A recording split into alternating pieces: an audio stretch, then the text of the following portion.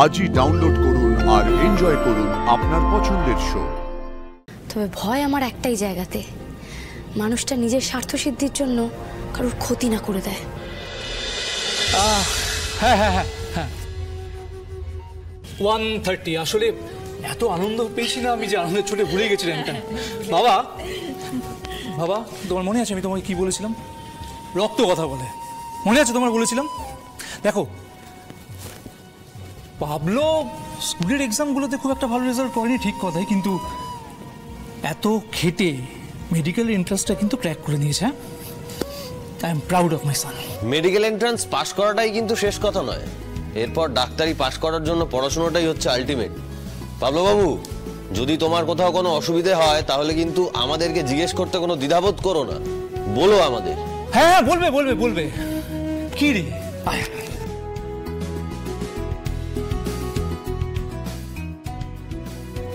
ঘুমনামুখ করে রয়েছিস কেন? এমবিবিএস ডাক্তারি খুব কঠিন, অনেক পড়তে হয়, আমি পারবো না, আমি ফেল করে যাবো। ফেল? আমি 3 কোটি টাকা খরচ করেছি, ওকে ডাক্তার হতে হবে, আমার হাতে কোনো অপশন নেই, নাহলে আনন্দের কাছে আমার মাথা কাটা যাবে। এত ভালো র্যাঙ্ক করার পরেও এত ফিসফাস কি কথা বলছে? পাবলোর মুখে কোনো হাসিও নেই, স্ট্রেঞ্জ।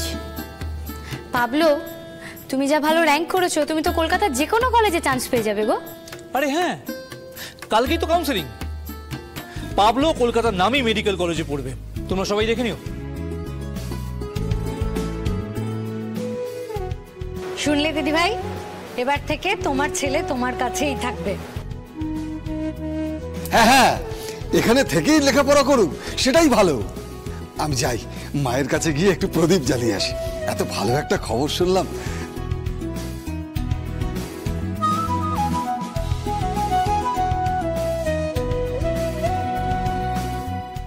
তুলসীদি, এই পাবলোর মেডিকেলে চান্স পাওয়ার ব্যাপারটা নিয়ে আমি খুশি হব না টেনশন করবো সেটাই বুঝতে পারছি না।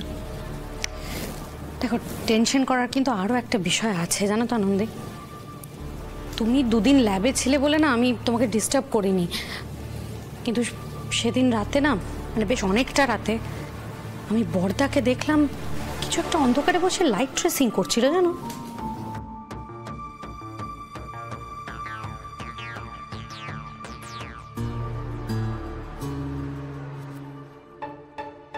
এত রাতে কি জ্বলছে ওখানে?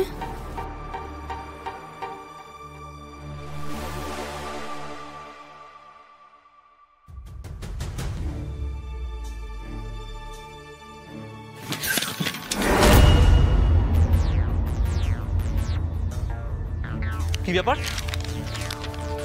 কি ব্যাপার? কি না এত রাতে এখানে ঘুরঘুর করছো কেন? একজনের লোক কি এখন সবার লাগলো? সবাই এখন গোয়েন্দাগিরি করবে? এই বাড়িতে প্রাইভেসি বলে আর কিছু থাকবে না? না আছে শিক্ষা, না আছে ম্যানার্স, গোয়েন্দাগিরি করতে চললাম, যত সব। আচ্ছা বাবা, এত রেগে যাওয়ার মতো কি হলো? আর এত রাতে উনি এখানে করছিলেনটাই বা কি? কি করছিল এক্স্যাক্টলি দেখিনি জানো আনন্দি, কিন্তু যেটাই করছিল খুব মন দিয়ে করছিল। হ্যাঁ, আমারও একটু অবাকই লাগছে জানো।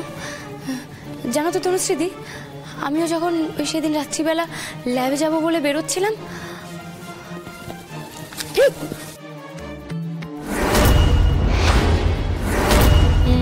অর্ণবদা তো মাংবে তবু মচকাবে না। আমাকেও না সেদিন অনেক ট্যাড়াব্যাকা কথা শুনিয়েছে জানো। এখন তো মনে হচ্ছে offence is the best defence. অর্ণবদার এত রাগ করার একটাই কারণ, ও কিছু লোকাচ্ছিল। ও আলটিমেটলি শাক দিয়েই মাছ ঢাকছিল। কি করছে বলো তো? দেখো তনুশ্রীদি, অর্ণবদা কি করতে চাইছে বা কি করেছে সেটা তো বলতে পারবো না, তবে ভয় আমার একটাই জায়গাতে, মানুষটা নিজের স্বার্থসিদ্ধির জন্য কারোর ক্ষতি না করে দেয়।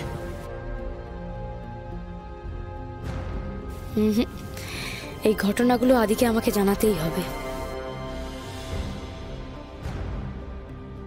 তুই আমার অ্যাকাউন্টে 3 কোটি দিলি, আমি সুজন বাবুর অ্যাকাউন্টে টাকাটা ট্রান্সফার করে দিলাম। এনে ফাইলটা ধর। Thank you so much Rajat, thank you. দেখ কত ভালো কলেজ, এত ভালো প্রাইভেট মেডিকেল কলেজ আমাদের শহরে আর দ্বিতীয়টা নেই। আর দেখ এখানে কিন্তু পাবলো সিট একদম পাক্কা হয়ে গেল। থ্যাংক ইউ রজত, কিন্তু কোন কলেজে? আরে আনন্দি লাহিড়ী, কিছুদিন আগেই তো পাশ করলো ওখান থেকে। আর তোর ছোট ভাই আদিদেব লাহিড়ী, ও তো ওখানে কিছুদিন পড়িয়েছিল। এবার তাহলে শেয়ানে কোলাকুলি হবে। কি রে, কি ভাবছিস? দেখ ডকুমেন্টসগুলো, ভর্তির সময় কিন্তু দেখাতে হবে ওগুলো। সে দেখবো, কিন্তু তুই আগে সুজনবাবুর সঙ্গে আলাপ করা, ওনাকে থ্যাঙ্কসটা তো বলা উচিত। তার আর দরকার নেই। টাকা দিয়েছিস মানে জেনে রাখ, সরি, থ্যাংক ইউ, শুক্রিয়া সব হয়ে গেছে। ফেলো করি, মাখো তেল। কিন্তু কি জানিস রজত, এই ভর্তির মতো যদি পাশ করাটা এত ইজি হতো না, তাহলে তো আর চিন্তাই থাকতো না। পাবলোকে তো এখন পড়াশোনাটা করতে হবে, আর ও পাশ করবে কিনা সেটাই চিন্তার। আর যদি পাশ না করে তাহলে তো সবটা চলে। সুজনবাবুর সাথে কথা বলে দেখবো টাকা নিয়ে পরীক্ষায় পাশ করাবার কোনো ব্যবস্থা করতে পারেন কিনা। তবে তুই কালকে ছেলেকে আগে ভর্তি তো কর কলেজে। হ্যাঁ রে, দেখা যাক কি হয়।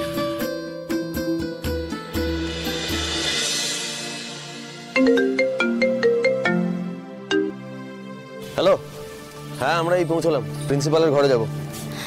আরে আচ্ছা, এত কলেজ থাকতে ওই কলেজেই কেন আদি? পর পর এতগুলো স্টুডেন্ট মারা গেল ওখানে। আনন্দি, এই কলেজেই কেন সেটা তুমি খুব ভালো করে জানো। লাহিড়ী বাড়ির লেগেসি পরম্পরা আনন্দি। সবাই আমরা এখান থেকেই ডাক্তারি পাশ করেছি, তুমিও তাই।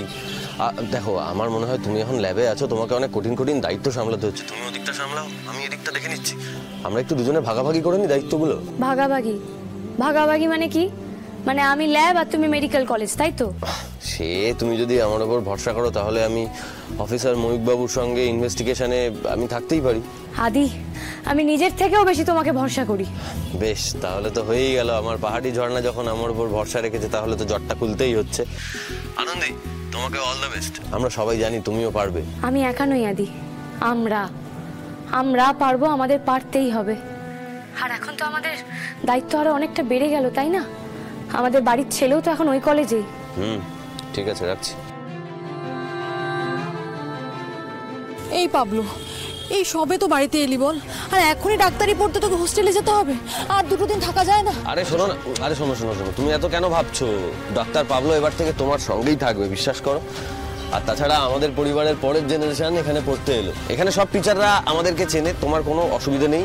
আর পাবলো তো এখানে, আশা করছি কোনো অসুবিধা হবে না। তোমার যখন ইচ্ছা হবে তুমি এখানে দেখা করতে চলে আসতে পারো।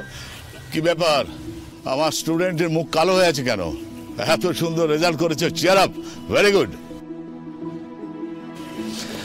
স্যার, পাবলো আমার ছেলে। অফকোর্স, আর একজন ডক্টর লাহিড়ী ইন মেকিং।